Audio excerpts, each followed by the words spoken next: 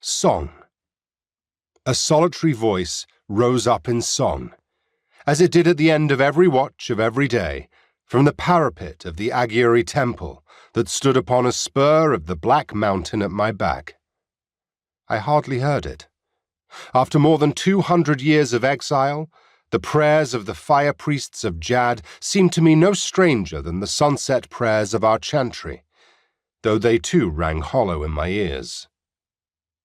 Prince Aldia had told me many times, and my good Nima had echoed him, that their prayers were the source of ours. The worship of Atash, the holy fire, and of Ahura Mazda, the Lord of Wisdom, was older, far older, than the imperial cult of Earth. Our ancestors worshipped the fire and our Lord when men were children, the great prince told me often, voice quavering in his great-grandfatherly way. Your ancestors did not worship the earth until they burned her.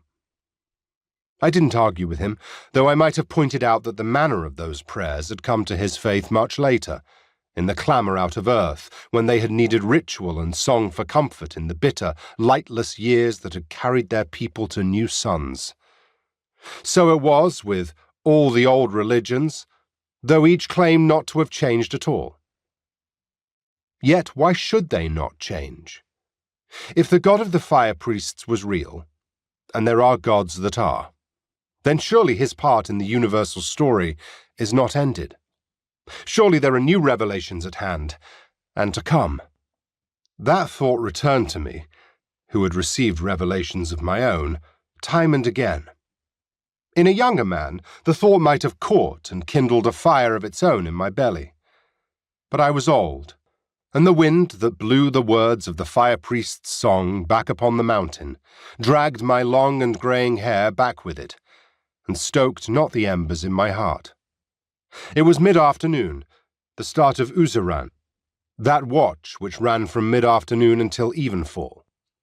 Looking up, I could see the acolytes in robes of Jaddian white, and the neophytes of the fire school in tunic and trousers of the same, moving toward the Agiary.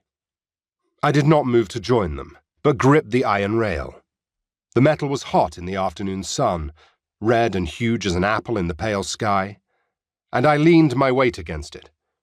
I had started just after lunch, having dismissed Demetra for the day, and left my villa upon the sward above the beach of mingled black and white sand. As I always did, I'd set my sights upon Hephaestos and walked the Scala Aspara, the white stair, to the fire school. The fire school. All across the galaxy, songs are sung of its shining towers, its sweeping colonnades and intricately styled orioles.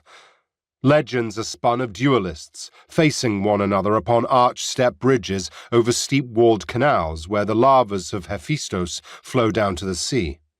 Of odalisques, oiled and clad in golden collars, reclining for the delectation of their masters. Of knives and whispers in the dark.